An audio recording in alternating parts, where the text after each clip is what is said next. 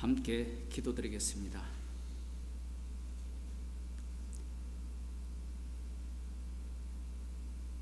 하나님 아버지, 저희들을 긍휼히 여기사 주님의 십자가의 피만을 자랑하는 주의 백성으로 삼아 주옵소서. 마음을 높여 교만한 자가 아니라 우리의 마음을 낮추게 하시고 섬김을 받는 자들이 아니라 섬기는 자로 저희들을 삼아 주옵소서. 예수님 이름으로 기도드리옵나이다. 아멘. 하나님 말씀 마태복음 24장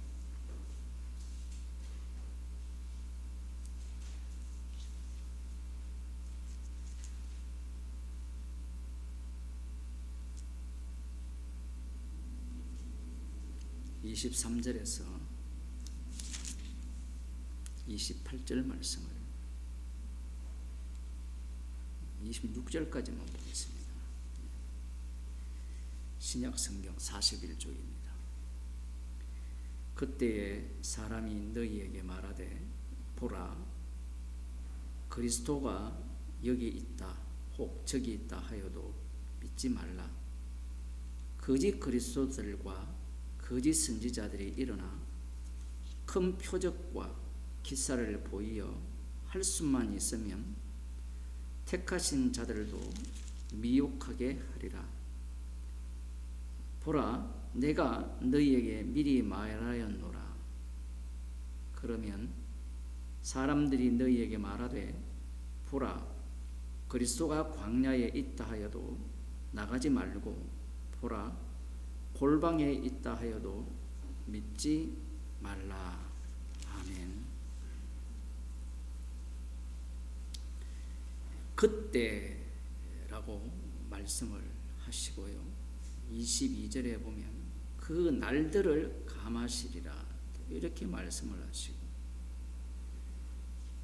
24장 전체를 이렇게 이해를 하려면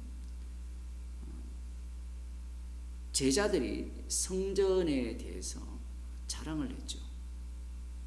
여기에 대해서 예수님께서 돌 하나도 돌 위에 남지 않을 것이고 무너지게 될 것이라고 말씀을 하시니까 이 감람산 위에 앉았을 때에 제자들이 질문을 합니다. 3절에 보면 어느 때에 이런 일이 있사오며 어느 때에 예루살렘 성전이 무너지는가.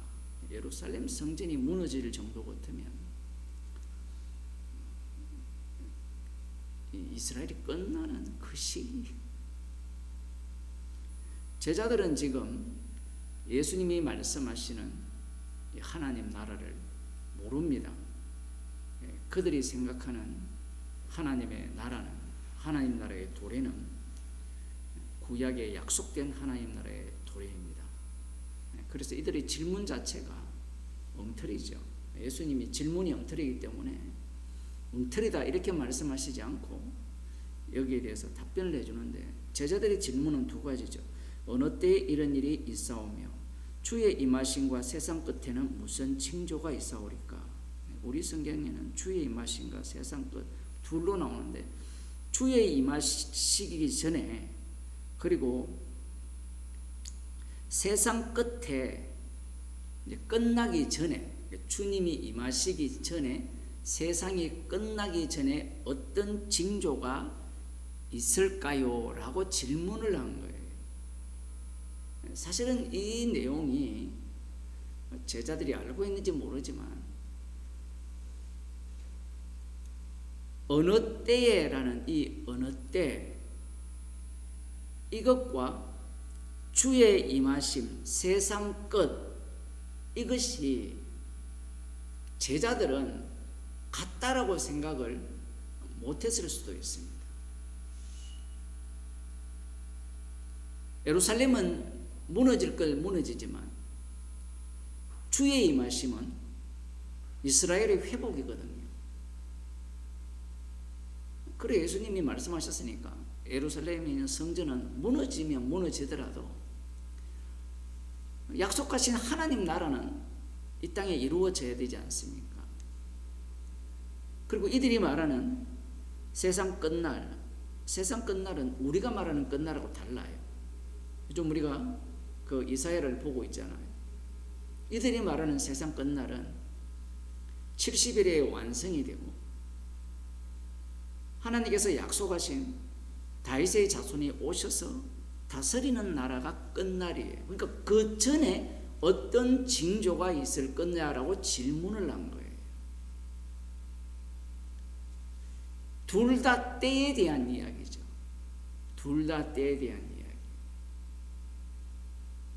한쪽은 언제고 한쪽은 이 주의 끝날이 어떠냐.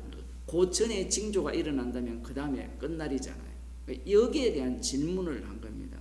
여기에 대해서 예수님께서 4절부터 말씀하셨는데 예수께서 대답하여 가라사대 너희가 사람의 미혹을 받지 않도록 주의하라. 많은 사람이 내 이름으로 와서 이르되 나는 그리스도라 하여 많은 사람이 미혹해 하리라. 난리야 난리 소문을 듣겠으나 너희는 삼가 두려워 말라. 이런 일이 있어야 돼. 끝은 아직 아니니라. 끝은 아직 아니라는 예수님의 말씀의 의미는 지금 상대들이 제자들이 오해를 하는 겁니다. 이 구약 예언에 의하면 예수님께서 이 땅에 오셔서 십자가에 못 박혀 죽으시면 끝난 거예요. 십자가에서 다 이루는 일입니다. 그러면 예수님은 왜 끝날이 아니다라고 표현을 하시느냐 하면 이것은 제가 지금 이 마태복음 24장을 하면서 반복하는 이유가 이 24장이 계륵 같은 본문이거든요. 이 본문을 지금까지 엉터리로 해석을 자꾸 하기 때문에 주님이 언제 오시니 천국이 14만 4천이 어떠니 이런 헛소리하는 그 사람들이 따라가기 때문에 그래요.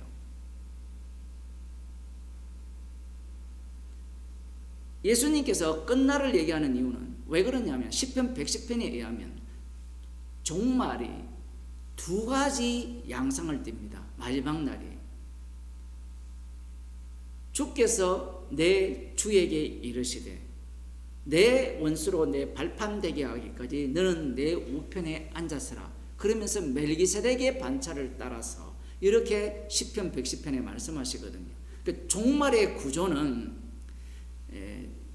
70일의 완성은 두 층으로 나눠지는데 예수님께서 십자가에 못 박혀 죽으시면 주가 되시거든요. 주가 되셔서 하늘 우편에 올라갑니다. 그 심판주예요. 이 심판주인데 그러면 땅에는 아니냐라고 하면 땅에도 심판주가 맞아요. 그런데 심판주가 맞는데 원수가 발판되게 하기까지 마지막 이 하나님께서 주님이 오셔서 심판주가 멸할 것은 사망이고 마귀거든요. 영원한 꺼지지 않는 지옥불에 태우는 겁니다. 두 층으로 나눈 거예요. 그래서 예수님이 하나님 우편의 자리에 올라가면 심판주가 되는데 이 땅에서는 십자가로서 이 왕노릇을 하신다는 겁니다. 그럼 이 끝날은 뭐냐면 십자가로서의 왕노릇, 십자가로 왕노릇하는 이 시기가 끝나는 시점이 언제냐면 원수로 발판되게 하기까지예요. 주님이 강림하기까지 예수님이 이 땅에서 왕노릇을 하시는데 이 왕노릇은 하나님 우편의 자리에 계신 그분의 심판주 되심을 드러내는 왕노릇입니다. 그래서 끝이 아니리라는 말씀을 하심으로 말미암아 지금 이 기간 있죠. 그리고 예수님의 초림과 재림 기간이 아니라 이건 예수님의 그 십자가에 달려 죽으시고 부활하시면 재림 때까지를 이야기하는 것이 아니라 창세기부터 전체를 다 포함하는 사건이 돼요. 그래서 지금 이 시절에는 그 5절부터 이렇게 나오죠. 4절에 사람의 미혹을 받지 않도록 주의하라. 많은 사람이 내 이름으로 와서 이르되 나는 그리스도라 하여 많은 사람을 미혹해 하리라.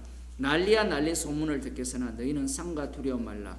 이런 일이 있어야 돼. 끝은 아직 아니니라. 이렇게 말씀하시니까 세상 끝날에는 무슨 일이 있습니까? 그 전에는 어떤 징조가 있습니까? 라고 질문에 대한 내용이죠.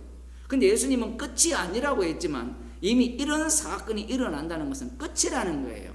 무엇과 연결시켰다 했습니까? 지금 예루살렘 성전의 파괴와 예수님의 죽으심과 연결을 시켰다 했잖아요. 예수님이 죽으시면, 십자가에 못 박혀 죽으시면 세상 끝나는 겁니다. 그래서 끝날 전에 지금 이러한 일들이 일어난다는 거예요. 제자들의 의식 구조는 끝날 전이잖아요. 그 다음 이제 민족이 민족을, 나라가 나라를 대적하여 일어나겠고, 이런 것들이 다 징조로 보이잖아요. 그래서 제가 설명을 했잖아요. 4절에서 6절까지는 성도들이 당하는 영적 고난인데 이것은 실제로 일어나는 일이고, 7절부터 그 8절은 이 역사에서 일어나는 성도나 성도 아닌 자가 동일하게 일어나는 사건이라 이렇게 말씀을 드렸습니다. 여기에서 이제 어느 때에 대한 질문이 나왔기 때문에 그 때에는 이런 일이 일어난다는 거예요. 그 때에는 그 제자들의 노림수는 그 때를 알면 자기한테 뭐가 되죠? 이익이 된다는 겁니다. 그래서 사기를 많이 쳤잖아요. 주님이 언제 오실지 알면 오신다 해가지고 돈 싹 끌어모아서 그 담임성교회 그 사람이 감옥 갔다가 또 목사한대요. 이러한 내용들이 지금 말씀하고 있으면서 9절에 그때라는 말씀이 또 나오거든요. 그때에 사람들이 너희를 환난에 넘겨주겠으며, 그때가 언제냐라는 그때가 십자가로 승리하신 이후에 성령을 보내주시는 때예요. 그러면 이미 십자가에서 다 이루었기 때문에 이제 이후에 모든 상황이 그때가 돼요. 그런데 제자들은 이 말씀을 들을 때 세상 끝나기 전에 무슨 징조가 있습니까? 라고 질문을 했잖아요. 그러면 이걸 어디까지 갈까요? 이 말씀들을 끝날, 자기들이 생각할 때 우리가 생각하면 예수님의 재림이 언제입니까? 저 멀리 있습니까? 문 앞에 있어요. 이런 것들이 어려운 거예요. 그 제자들의 사고방식은 저쪽에 있는 거예요. 성령을 받아버리면 이 말씀은 한꺼번에 우리 속에 다 들어버리죠. 성령을 받지 못한 사람들은 이 말씀을 어떻게 보느냐면 저쪽 끝에 있다라는 거예요. 끝에 있고 이제 스케줄을 짜는 겁니다. 이런 일들이 일어나면 그 다음에 주님이 오신다. 그게 사기꾼들의 특징입니다. 그러한 내용을 말씀을 하는 거예요. 그리고 10절에 보면 또 그때에 많은 사람이 시험에 빠져, 그때가 나오고, 거짓 선지자가 많이 일어나 많은 사람을 미혹하게 하겠으며 불법이 성함으로 많은 사람의 사랑이 식어지고, 이렇게 쭉 말씀하시고요. 그러므로 너희가 선지자 다니엘의 말한 바 멸망에 가져간 것이 거룩한 곳에 선 것을 보거든. 이게 지난 시간에 말씀드렸죠. 이 내용과 무엇과 연결이 되어 있는가 하면, 많은 사람이 내 이름으로 와서 이르되 나는 그리스도라 하여 많은 사람을 미혹하리라. 이거와 같은 이야기예요. 그러니까 물리적인, 역사적으로 일어나는 사건은 BC 167년입니까? 그때 안티오코스 에피파네스가 이 셀루쿠스 왕조죠. 남유다 프톨레미 왕조를 치고 이제 돌아오는 가운데 쫓겨서 왔는지, 그러면서 이제 성전을 완전히 그 성전 안에 제우스 신상을 올리고 아무튼 그런 식으로 이 거룩한 곳에 섰다라는 사건이 과거라 했잖아요. 예수님이 오셔버리면 이 7일에 육식 맞죠? 7일에 62일에 한 일회니까 이 62일회가 한 일회 속으로 들어와버려요. 우리는 과거의 일인데 예수님의 말씀은 그 과거의 일이 지금 이 말씀과 연동이 된다는 거예요. 물론 AD 70년에 예루살렘이 멸망을 당할 때 뭐 로마의 이 독수리 문장이 뭐 그곳에 섰다. 그것은 약간 명확하지 않는 의미예요.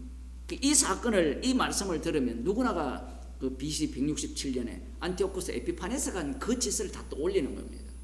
예수님이 시제를 이렇게 왔다 갔다 해버리는 이유가 뭐냐면 인간들이 71회를 해석을 할 때 70년식으로 해석을 하는 거예요. 70년의 해석은 쉬워요. 무슨 말이냐면 여기가 예를 들어 이 바벨론에 멸망당해서 포로로 잡혀가는 연도라면 586년도라면 그죠? 성전이 불탄 연도에서 70년이거든요. 그러면 연도를 세면 되잖아요. 근데 71회를 어떻게 해석하는가 하면 연도 세는 방식으로 해석을 하는 거예요. 연도를 세니까 안 맞아요. 그러니까 여기에 사건을 자꾸 집어넣는 거예요. 집어넣어서 끼워 맞추는 거예요. 그런데 예수님이 딱 오셔서 사건을 시대 수문변으로 나열하는 것을 완전히 뒤집어 버린 겁니다. 지금 이 말씀은. 지금 우리 지금 납득이 안 되죠. 왜 납득이 안 되느냐면 우리의 인식 구조는 과거부터 현재로 흐르는 인식 구조예요. 이런 해석법은 철저하게 어떤 그 문제를 낳느냐면 과거에서 미래로 가는 미래는 희망을 갖잖아요. 희망을 가면 나의 꿈을 잔뜩 실어서 기다리는 미래가 돼요. 그게 하나님 나라거든요. 그러면 이 앞부분에 있는 이 사건, 모든 사건들을 종합하여서 미래에 하나님 나라가 이루어질 거라고 예상을 하는 겁니다. 그 나라를 기다리는 자들이 바리새인과 서기관이에요. 그러면 이 나라는 어떤 나라냐? 방금 설명했잖아요. 역사적으로 해석을 하면 미래가 어떤 나라입니까? 나를 위한 희망의 나라가 되죠. 이들이 누구를 죽여버린 거예요? 예수님을 십자가에 못 박아 죽여버리는 거예요. 그러니 예수님의 말씀을 이해를 못하는 겁니다. 방금 제자들이 질문했잖아요. 끝날에 무슨 징조가 있습니까? 라고 물었을 때 이 징조라는 것을 보면 자기들이 알아차릴 수 있다라고 생각을 했잖아요. 그런데 이게 반복이거든요. 어떤 반복입니까? 예수님께서 오셔서 표적을 행하셨잖아요. 표적을 행하니까 그들이 알아봤습니까? 못 알아봤습니까? 못 알아보잖아요. 못 알아봐요. 분명히 엘리야가 먼저 와서 준비하리라 라고 말씀을 하셨잖아요. 엘리야가 앞서 올 거라 했는데 왔잖아요. 세례요한이 왔어요. 왔는데 받아들입니까? 안 받아들입니까? 세례요한은 내가 받아들일 수 있는데 그 뒤에 온 예수님은 어떻습니까? 못 받아들여요. 지금 이 구약을 모르면 지금 이 말씀이 무슨 말인지를 몰라요. 왜냐하면 그 구약을 믿고 있는 유대인들이 예수님을 살해하는데 그 살해한 그들이 해석한 그 해석법을 이 마태복음 24장을 해석하면서 똑같이 해석을 한다는 겁니다. 그렇게 해석을 하니까 뭐만 남아요? 어떻게 하면 구원을 얻습니까? 이것밖에 안 남아요. 지금 예수님은 십자가에서 다 이루심을 성도 속에 성령을 부어주셔서 어떠한 일을 당할 것을 말씀을 하시는 거예요. 어떠한 일을 당할 것을. 그 내용이 지금 반복되는데요. 오늘 본문으로 넘어오면 23절 그때의 사람이 너희에게 말하되 보라 그리스도가 여기 있다 혹 저기 있다 하여도 믿지 말라. 이 그때예요. 그때. 여기 있다 저기 있다. 그때가 언제입니까? 우리는 이 교회에서 들은 사람들은 마지막 때. 자꾸 마지막 때라는 게 뭘로 상상합니까? 내가 있는 현재에서 지금 살아오잖아요. 그러면 요걸 마지막 때라고 생각하는 거예요. 앞에 있는 나를. 그런데 그리스도 안으로 들어버리면 모든 게 마지막 때예요. 그래서 그때라는 표현을 쓰니까 듣는 사람들이 자꾸 예수님이 재림하시기 전에 그래서 지금 몇 년도가 되었어요? 2000년이 넘었잖아요. 그래서 사도 바울은 데살로니가 후서입니까? 거기에 보면 예수님이 금방 올 거라고 예상했는데 그 착각을 해가지고 오지 않았다. 사도 바울이 그 얘기하는 거 아니에요. 그게 착각입니까? 실제입니까? 실제죠. 우리는 2000년이 지났으니까 당장 안 왔다고 생각하잖아요. 근데 주님 앞에서는 어떻습니까? 천년이 하루 같은데. 표현이 하루예요. 1초라고도 표현할 수 있고. 과학자들이 지금 밝히잖아요. 1초가 2000년이 넘잖아요.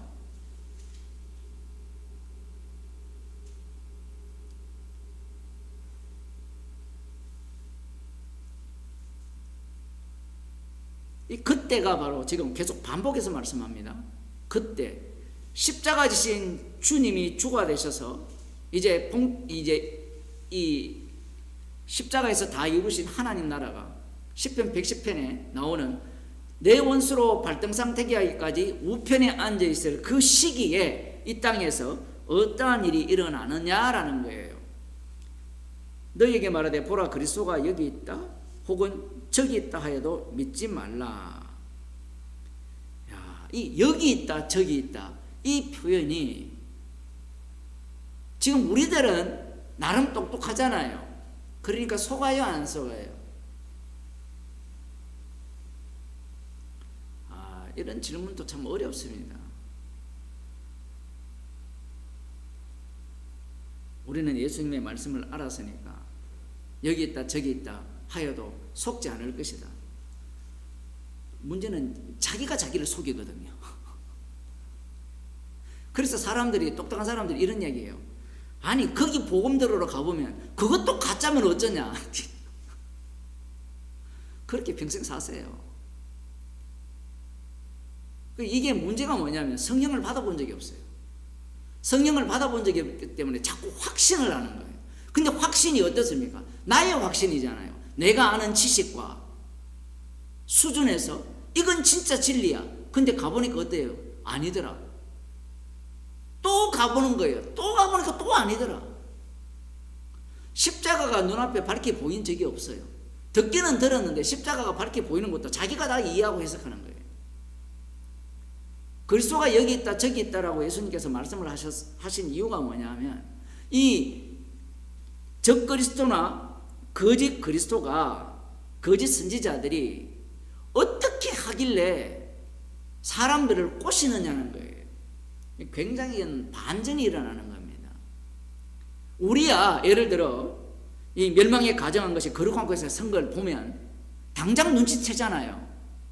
그런데 거짓 그리스도 적그리스도나 거짓 선지자들이 내가 그리스도야 이렇게 말할까요 안 할까요? 뒤에 보면 한다라고 나와요. 한다라고. 그런데 한다라고 말하기 전에는 말할까요 안 할까요? 안 하죠. 이 과정이 있습니다. 우리는 성경을 보면 갑자기 거짓 그리스도가 나와가지고 내가 그리스도야 이렇게 처음부터 그렇게 말을 안 해요. 문선병부터 시작해서 모든 사람이 처음부터 그랬어요. 물론 요즘은 애가 10살짜리가 지가 뭐 예수다 그런 인간도 나오지만 지금 이 마지막 때 왜 이런 자들을 주님께서 계속해서 출현을 시키느냐. 방금 말씀드렸잖아요. 시편 110편 하나님께서 약속하신 이 메시아 왕국 하나님 나라의 성격을 모르면 이 말씀이 이해가 안 되는 겁니다. 이런 거짓 선지자나 거짓 이 그리스도의 등장으로 말미암아 누가 미혹을 받아요? 뒤에 보면 택한 자라도 미혹하리라 이렇게 말씀하거든요. 그 미혹들이 있기 때문에 성도는 어떤 상태로 내몰릴까요? 공격을 당하죠. 조롱을 당하고 비난을 당해요. 왜냐하면 이 거짓 그리스도와 거짓 선지자들이 뭘 갖고 오느냐 하면요. 24절 봅시다. 거짓 그리스도와 거짓 선지자들이 일어나 큰 표적과 기사를 보이어 라고 하죠. 큰 표적과 기사예요. 이 용어가 굉장히 중요합니다. 왜 그렇게 중요하냐 하면 표적과 기사를 누가 가장 많이 보였습니까? 여러분 성경에서 표적은 세미온이고 이 기적은 기사는 기적이에요. 능력. 그 표적이라는 의미는 메시아된 표적이에요. 그리고 기적은 기적이고요. 이걸 뭐 같이 쓸 수도 있는데 내가 그리스도인 표적을 보여주겠다. 내가 참된 선지자인 표적을 보여주겠다. 여러분 성경에서 누가 가장 많은 표적을 행했어요? 기적을 행했습니까? 예수님이에요. 물론 엘리야와 엘리사도 많은 표적을 했지만 예수님만큼은 그렇게 하지 않았습니다.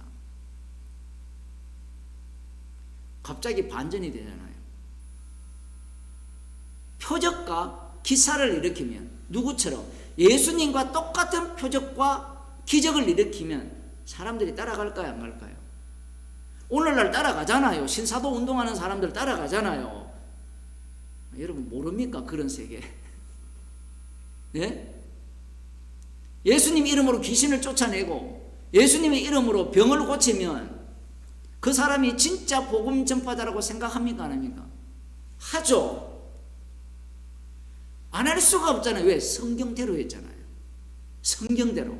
그런데 여기에서 마태복음 4장에 보면 마귀가 뭘 갖고 옵니까? 성경대로 갖고 오거든요. 한번 봅시다. 마태복음 4장.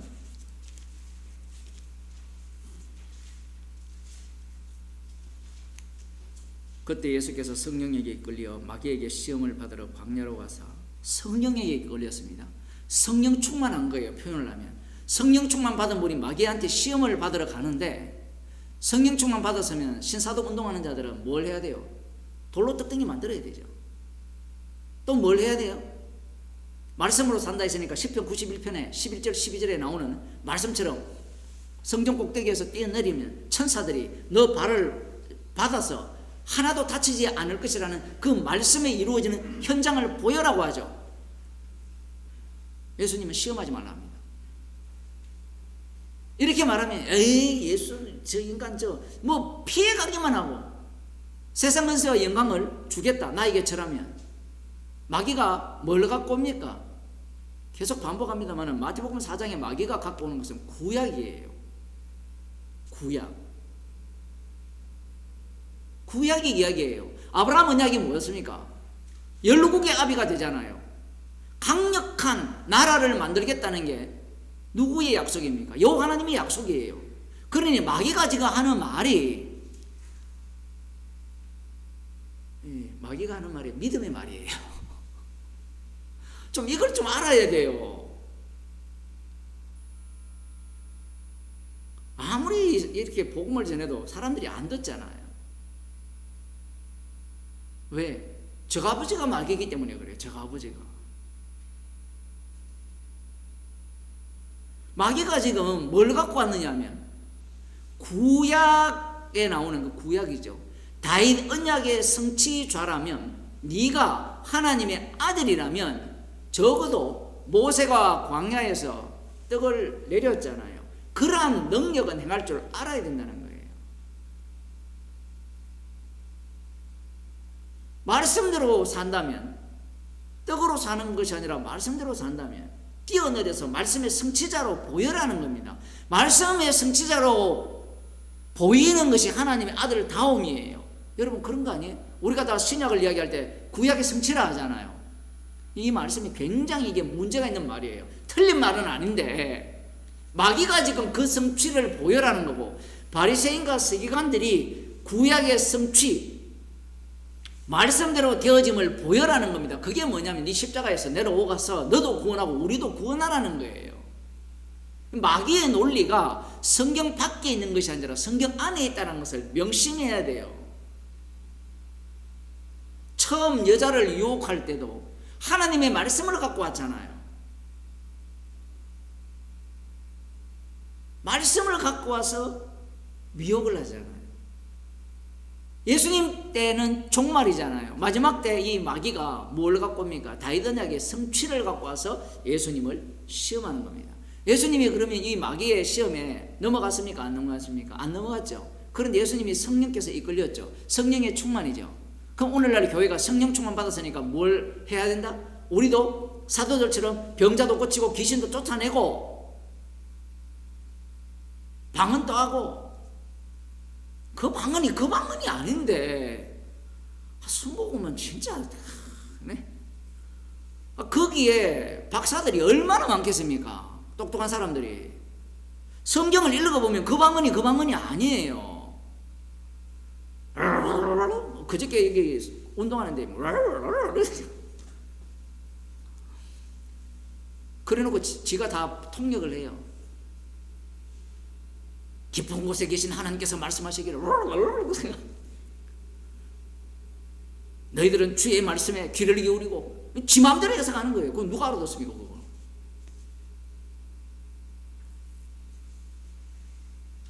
장난치고 하는 거예요. 성경에 나오는 방언은 복음이에요.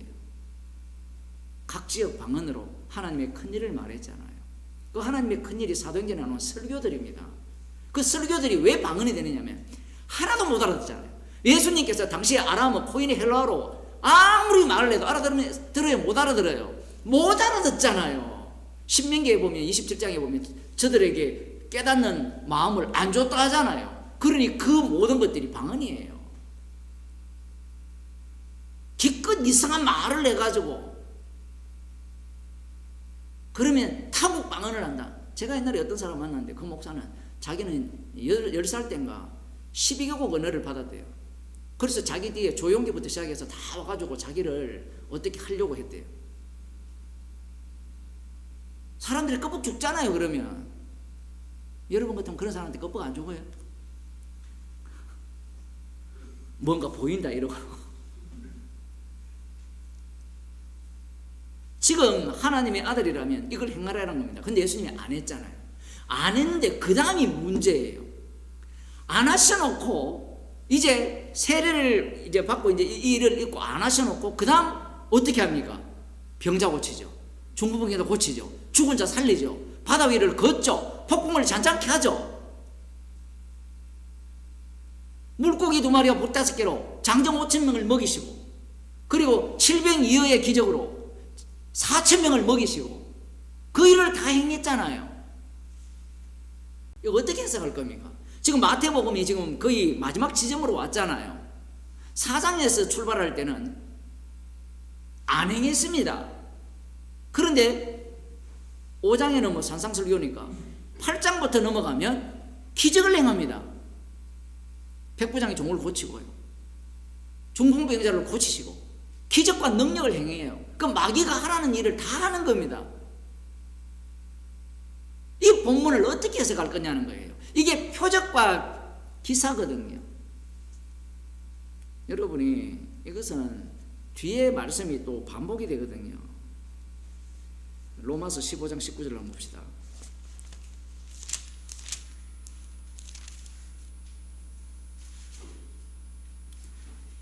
이 일로 인하여 내가 예루살렘으로부터 두루 행하여 일루리곤까지 그리스도의 복음을 편만하게 전하였노라. 그 앞부분에 18절 그리스도께서 이방인들을 순종케 하기 위하여 나로 말미암아 말과 일이며 표적과 기사의 능력이며 이게 표적과 기사의 능력이며 성령의 능력으로 역사하신 것 이 내용이란 표적과 기사. 분명히 예수님이 마귀에게는 표적과 기사를 안 보였죠. 뭐만 하셨습니까? 우리가 흔히 말만 했어요. 말씀만. 마귀는 눈에 보이는 걸 요구하죠. 지금 24장도 마찬가지예요. 24장에 종말에 그 일이 일어날 때 눈에 보이는 것도 말씀하시면서 동시에 성도가 복음 때문에 고난당하는 걸 말씀하는 겁니다. 악마가 어떤 모습으로 드러나는가라는 거예요. 그러면 악마는 뭘 갖고 오겠어요? 종말에 이런 사건들이 일어나니까 우리가 조심해야 돼, 제대로 믿어야 돼, 이런 걸 갖고 온다든가 아니면 지금 오늘 본문에 나오는 큰 표적과 기사를 갖고 오는 거죠. 이 두 가지를 갖고 오는 겁니다. 2종 세트입니다. 큰 표적과 기사를 갖고 오려면 뭐도 갖고 와야 돼요? 주님의 말씀도 갖고 와야 돼요. 문제가 뭐냐면 지금 거짓 선지자와 거짓 그리스도가 큰 표적과 기사를 갖고 온다는 거예요. 그러면 사도 바울이 복음을 전할 때 표적과 기사를 통해서 전했잖아요. 나타났다 했잖아요. 그러면 그 표적과 기사와 지금 거짓 선지자가 거짓 그리스도가 말하는 표적과 기사의 차이점이 뭐냐라는 거예요. 이걸 아셔야 돼요. 어떤 그 연세대 그 신학 교수가 요즘 그 유튜브에 나와가지고 3프로 TV인가 거기에 나와서 예수님께서 이 기적으로 자신 뭐 퍼포먼스를 보여서 어쩌고 저쩌고 이야기하는데 예수님이 자기가 퍼포먼스를 보였다라는 뭐 말은 맞는데 그 말씀이 무엇과 연관이 되어 있는가 하면 마태복음 4장과 연관이 되어 있어요. 그러면 예수님이 그 능력을 행했을 때 예수님은 십자가를 전하고 있는데 저들은 뭘 봅니까? 진짜 메시아다운 표적을 우리에게 보여주네요라고 보는 거예요. 그렇게 믿게 되면 그들은 누구와 동일한 자가 되죠? 마귀와 동일한 자가 되는 거예요. 지금 예수님이 그것 때문에 병을 고친 거예요. 죽은 자를 살린 겁니다.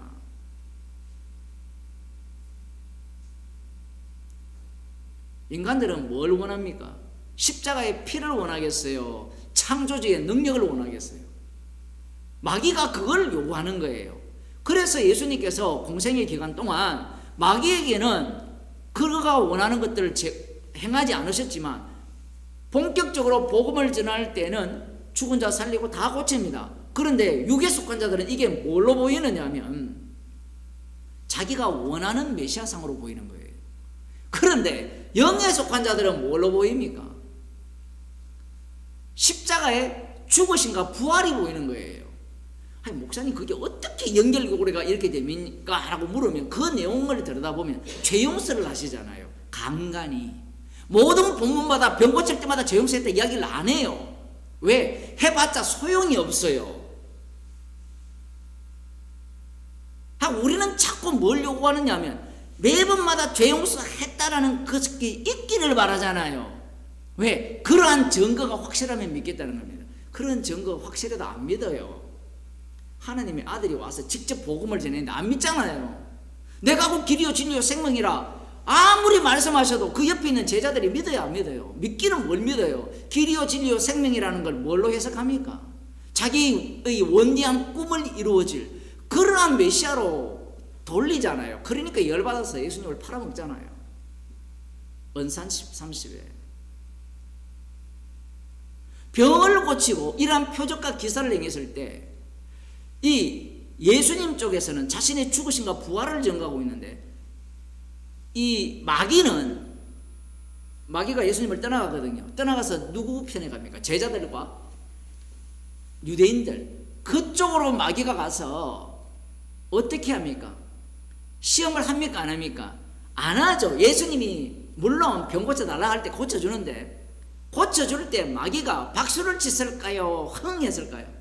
박수를 쳤죠. 바로 그거야. 하나님 아들다운 면모로 보여야 돼. 주님은 마귀를 활용하잖아요. 지옥 갈 때는 지옥 보내야 되니까. 얼마나 신이 났겠어요. 아마 베드로가 주는 그리스도 당신은 그리스도 살아계신 하나님의 아들이 했을 때 마귀가 박수를 쳤을 거예요. 바로 네가 원하는 그분이 바로 그리스도고 메시아야. 왜? 십자가 없는 메시아니까. 그런데 예수님께서 마태복음 24장으로 와서 하시는 말씀이 이 거짓 선지자와 거짓 이 그리스도가 무엇을 갖고 이 택하신 자들까지 미혹을 하려고 하느냐라고 할 때는 큰 표적과 기사를 갖고 미혹을 한다라는 겁니다. 그러니 미혹 안 당할 수가 없어요. 미혹을. 그러면 택한 자도 미혹을 당합니까? 예수님은 택한 자도 미혹 당한다라는 표현을 했거든요. 그럼 우리는 나는 선택받았으니까 미혹 안 당할 거야 이렇게 해석하면 안 되고요. 미혹을 당해버리면 안 택한 자입니다. 사람들은 자기 구원을 생각을 하면 나는 선택받았으니까 미혹 안 당할 거야. 그건 네 생각이고 주님의 선택자는 미혹을 어떻게 돼요? 안 당하겠죠.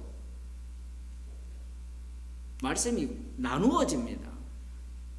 문제는 뭐냐 하면 이 거짓 선지자와 거짓 그리스도가 하는 이 표적과 기사가 선택받은 이 복음을 들은 사람들, 들어왔다가 나가는 사람들이 많으니까, 성령으로 시작했다가 육체로 마치는 자들이 있으니까 그러한 자들에게 충분히 먹힌다는 거예요. 왜냐하면 아까 로마서 15장을 읽었잖아요. 사도가 똑같이 표적과 기사를 행했잖아요. 그러면 사도행전 3장을 봅시다.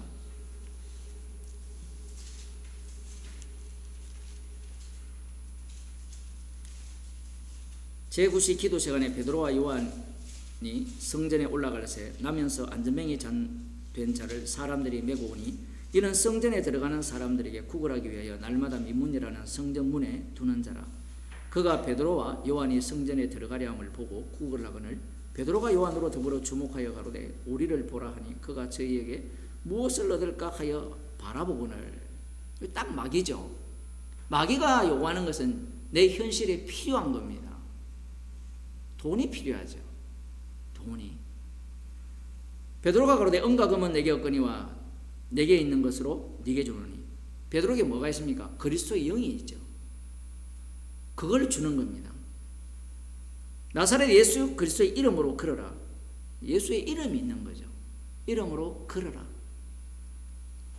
오른손을 잡아 일으키니 발과 발목에 큰 힘을 얻고 뛰어서서 걸으며 그들과 함께 성전으로 들어가면서 걷기도 하고 뛰기도 하며 하나님을 찬미하니 모든 백성이 그 걷는 것과 및 하나님을 찬미함을 보고 그 본래 성전 민문에 앉아 구걸하던 사람인 줄 알고 그의 당한 일을 내내 심히 기이 여기며 놀랐니라. 놀랐죠. 꼭 어디를 보는 것 같습니까? 예수님이 병자를 고칠 때 사람들이 반응하는 것과 똑같아요. 지금 왜 사도행전에서 방금 제가 말씀드린 죄용서와 관련된 이야기를 하지 않고 병 고침과 관련된 이야기가 나오냐면 이거 표적이기 때문에 그래요. 표적은 성령 받은 사람들은 표적을 보게 되면 십자가의 죽으심과 부활이 보이지만 성령 받지 못한 사람은 이게 어떤 표적으로 보여요? 야 진짜 마귀가 네가 하나님의 아들이면 표적을 행하라, 기적을 보여라는 그러한 식으로 보이는 거예요. 대부분 성경을 해석할 때 사도행전 3장을 해석할 때 예수님께서 능력을 행했으니까 제자들이 성령을 받아서 똑같이 능력을 행했다. 그걸 끝까지 이어오는 자가 오늘날 말하는 신사도 운동하는 자들이잖아요. 우리도 사도들처럼 능력을 행할 수 있다. 이들은 육에 속한 자들.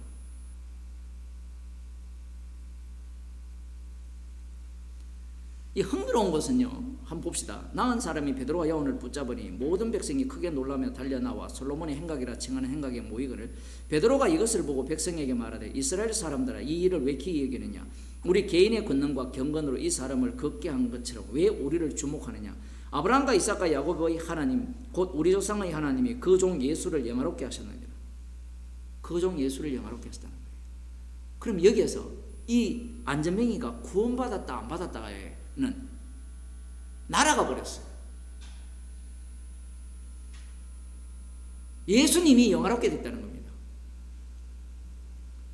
너희가 저를 넘겨주고 빌라도가 놓아주기를 결혼한 것을 너희가 그 앞에서 부인하였으니 너희가 거룩하고 의로운 자를 부인하고 도리어 살인한 사람을 놓아주기를 구하여 생명의 주를 죽였도다. 그러나 하나님이 죽은 자 가운데서 살리셨으니 우리가 이 일의 증인이로다. 그 이름을 믿음으로 그 이름이 너희 보고 아는 이 사람을 성하게 하였으니 예수로 말미암아 난 믿음이 너희 모든 사람 앞에서 이같이 완전히 낫게 하였느니라. 이 사람은 믿음 없어요. 분명히 예수님으로 말미암는 믿음이에요. 그 믿음이 낫게 했다라고 표현을 하죠. 우리가 유대인이 아니기 때문에 이 말의 의미가 무슨 의미인지를 모르죠. 근데 유대인들 입장에서는 자기들이 십자가에 못 박아 죽였잖아요. 자신을 하나님의 아들이라 했잖아요. 그분이 영화롭게 됐다는 겁니다. 심판주가 되었다는 거예요. 그걸 증거하는 겁니다. 그 심판주의 의미는 이미 사복음서에 다 드러났어요. 누가복음에서 다 드러났습니다. 이 성하게 했다라는 것을 와 능력을 행했네 이렇게 보게 된다면 이 사람은 어떤 사고를 갖고 있는 거예요? 지금 너희가 십자가에 못 박으니 예수님이 이 사람을 성하게 했다라고 하는 순간 저들은 분노가 끓어오르는 거예요. 이게 그 각도를 잘 잡아서 봐야 되는 겁니다. 지금 사복음서에 의하면 예수님께서 행하신 그 표적은 자신의 죽으심과 부활을 증거하는 표적이었어요. 그러면 이 표적을 볼 때 사람들은 어떻게 보느냐?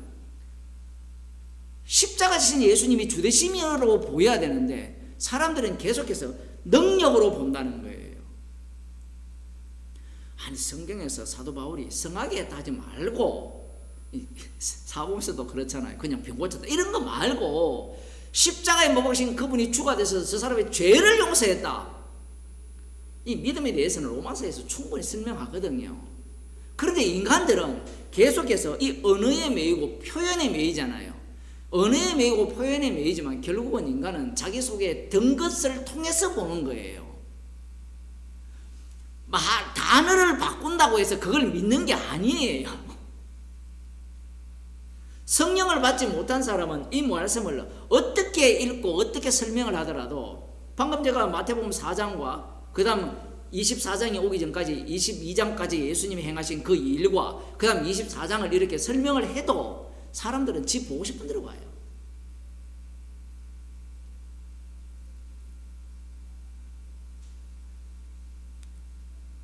이 베드로와 이 요한은 지금 이 성전 민문에 앉은 자를 고침으로 말미암아 너희가 십자가에 못 박은 이 예수님이 하나님이 영화롭게 했다라는 거예요. 진짜 하나님의 아들이었고 이분이 심판주 되심을 증거하는 사건이라는 겁니다. 그러면 병 고친 것들은 어떻게 돼야 돼요? 날아가야 되죠. 왜 날아가야 되는가 하면 병을 고쳐도 한번 보세요. 요한복음 11장에 12장으로 보면 죽은 나사로가 살아났는데 살아난 나사로를 어떻게 합니까? 죽이려고 하잖아요. 이 사람은 지금 이제 복음 때문에 죽었어요.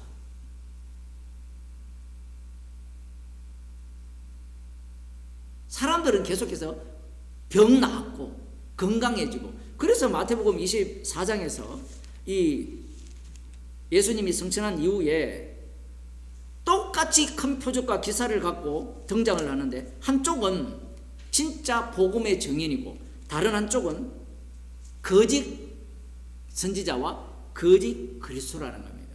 자기가 그리스도라고 하는 거예요. 나중에는. 지금도 그렇잖아요. 안산홍 하나님 교회는 자기가 재림 예수라 하잖아요. 이런 사람이 한국에 한 30명 넘거든요. 사람들이 따라요. 왜 따를까요? 뭘 갖고 오기 때문에 예수님이 행하신 일 그리고 예수님이 행하신 말씀 그런 것들을 갖고 오거든요. 예수님이 행하신 일과 능력들이 십자가를 지냈으면 그 능력들은 모두가 다 어떻게 돼야 됩니까? 부정돼야 돼요. 제가 설명했잖아요. 안전병이를 고쳤죠. 누가 이걸 원하느냐가 누가? 마귀가 원하잖아요. 그런데 예수님은 그들의 그 놀라는 그 인식 구조 속으로 그대로 들어가서 병을 고쳐버립니다. 고쳐서 그 이후에 하시는 말, 십자가에 못 박은 예수님이 주가 됐다. 심판 주가 되었다. 이건 못 받아들입니다. 왜냐하면 심판주는 요 하나님 뿐이에요. 그들에게는. 아이, 목사님 그래도 병 고쳤잖아요. 병을 고쳐도요, 신명기에 보면 거짓 선지자들이 기적을 행하여서 예언을 하고 성취가 되더라도 다른 신을 믿자고 하면 따르지 말라 해요. 그런 자들은 죽여라고 하거든요. 우리는 이방인이기 때문에 병 고쳤으니까 야 능력 행하였네 이런 생각을 하지만 그 병 고침이 오히려 그 사두개인들과 유대인들 입장에서는 오히려 분노를 일으키는 그 환경이 된 거예요.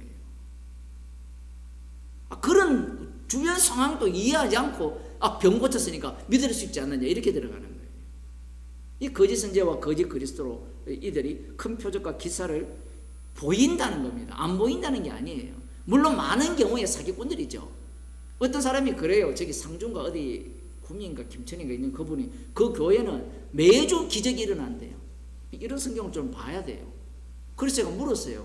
그 기적을 행하는 그분이 십자가만 자랑합니까? 아니요. 그런데요. 야, 놀랍게도 기적이 일어나요. 이거 지금 뭘 모르는 겁니까? 십자가도 안전하는데 기적을 일으키는 걸 하나님의 뜻이라는 거예요. 주님이 함께 하시라는 겁니다. 그게 맞나요? 헷갈리는 거예요. 뭐냐면 성경에 예수 이름으로 병을 고친다는 게 나오니까 그건 그거고, 그런데 십자가는 또 십자가고 그렇게 사람을 미혹하는 거예요. 안 넘어갈 인간이 있겠어요? 그분이 복음 듣는 사람이거든요. 그러면 그런 장면을 보면 악마적이라고 봐야 되는데 거기에 대해서 모르겠어요. 그렇게 생각할 수도 있겠지만 그렇다면 그 교회 다닐 수 있겠어요? 이런 거예요. 십자가는 안정하는데 예수 이름으로 병 고치니까 야, 진짜 주님이 함께 하시는 거 아니냐, 그거는 인정해야 되지 않느냐. 그게 바로 거짓 선지자, 이 선지자들이 하는 짓거리예요. 그들은 무엇이 없느냐 하면 십자가를 빼버립니다.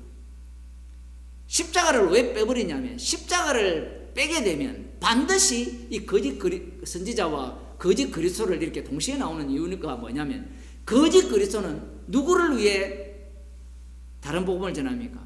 자기를 위해 다른 복음을 전해요. 거짓 거짓 선지자가 거짓 그리스도로 가는 거예요. 나중에는 나를 따르라 해요. 나를 믿으라. 말할 필요도 없습니다. 저거들이 알아서 믿어주니까.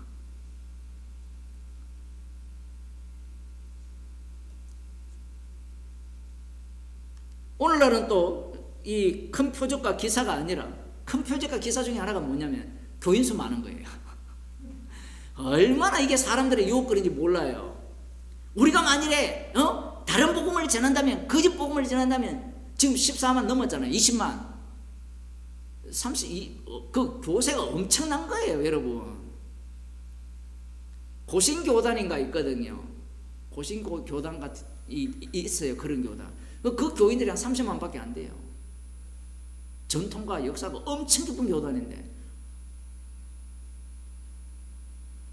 그것도 하나의 기적이거든요. 여러분, 그런 생각 안 듭니까? 어떻게 가짜 복음을 전하는데 이렇게 수많은 사람들이 올 수 있느냐. 지금 나오잖아요. 큰 표적과 기사를 행하는데 예수님이 큰 표적과 기사를 행할 때 5만 사람들이 다 왔잖아요. 근데 예수님이 어떻게 합니까? 쫓아보내버려요. 내 살과 내 피를 먹고 마셔야지 하면 영생이 없다. 마지막에는 제자들까지도 다 배반하고 또 쫓아보냅니다.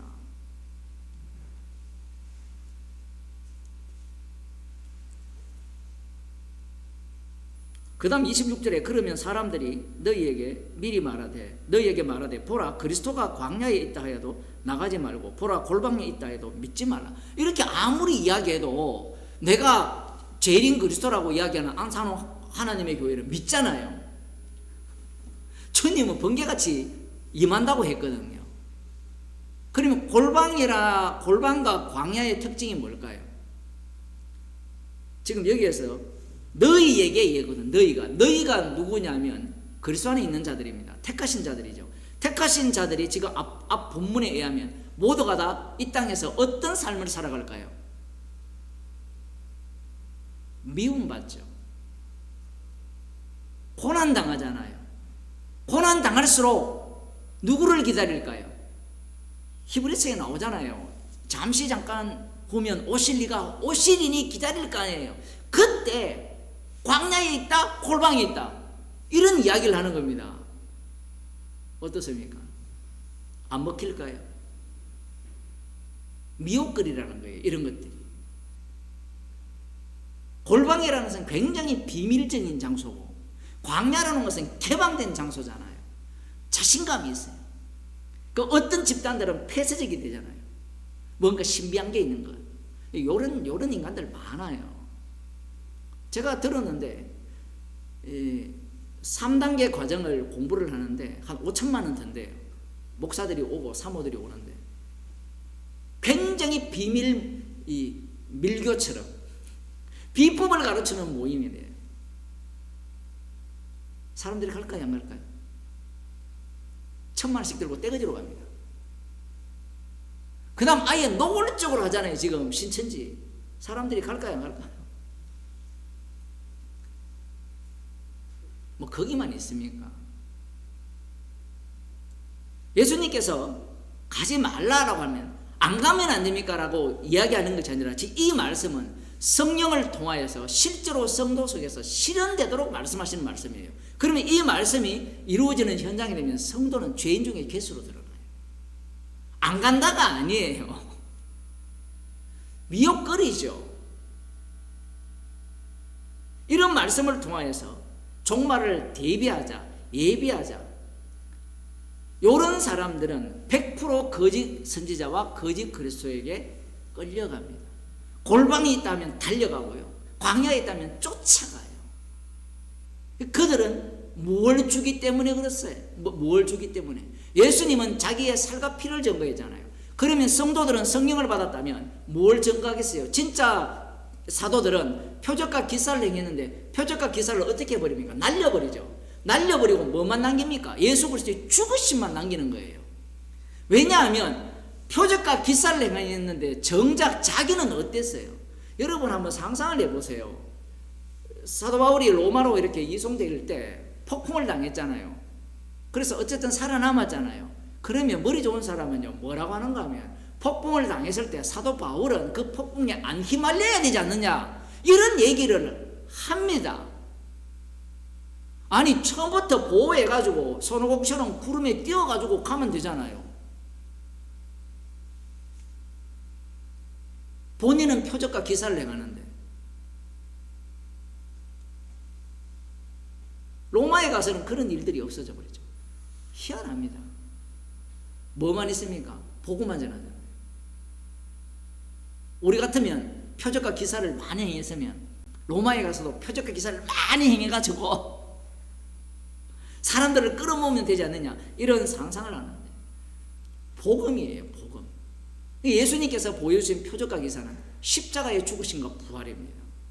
거짓 그리스도는 뭘 갖고 오느냐면 십자가를 제거해버리고 뭘 갖고 올까요? 부활의 능력을 갖고 오죠. 그 부활의 능력이 뭐냐면 병 고치고 가정이 잘 되고 화목하고 사업이 번창하고 그게 오늘날 기독교잖아요. 내 영혼이 잘된 같이 범사가 잘 되고 강건하기를 원하노라. 그저께 저기 가봤거든요. 순복음 그 교회. 본인이 그거 삼박자 구원을 해놓고 죽었잖아요. 병 걸려서. 자기가 주장했으면 그걸 본인부터 먼저 보여야 될 거 아니에요. 그렇게 주님이 안 합니다. 또 그러니 거짓 이 그리스도와 거짓 선지자들의 특징은 어디를 갖고 온다고요? 성경 말씀. 말씀만 갖고 오는 게 아니라 표적과 기사를 갖고 와서 누구를 따르게 할까요? 궁극적으로 자기를 따르게 하는 거예요. 그들에게는 무엇이 없느냐면 사도 바울처럼 십자가 외에는 자랑할 것이 없다라는 얘기를 안 해요. 절대로 십자가도 있고 십자가도 자랑하고 부활도 자랑하고 재림도 자랑하고 내가 잘 되는 것도 자랑하고. 기도하겠습니다. 하나님 아버지, 주님께서 왕노릇 하시기에 거짓 선지자와 거짓 그리스도가 주님의 왕노릇보다 더 제대로 된 왕노릇함을 말씀하셨습니다. 그러한 환경 속에 살아가기에 주님이 우리에게 주신 그리스도의 영으로 인하여서 십자가의 고난을 반복하게 하시고 십자가 사건 속으로 우리를 인도하심을 감사하는 주의 백성이 되게 하여 주옵소서. 예수님 이름으로 기도드리옵나이다. 아멘. 하늘에 계신 우리 아버지여, 이름이 거룩히 여김을 받으시오며 나라의 마시오며 뜻이 하늘에서 이루어진 것 같이 땅에서 이루어지이다. 오늘날 우리에게 일용할 양식을 주옵시고 우리가 우리에게 죄진 자를 사하여 줄 것 같이 우리 죄를 사하여 주옵시고 우리를 시험에 들게 하지 마옵시고 다만 악에서 구하옵소서. 대개 나라와 근사와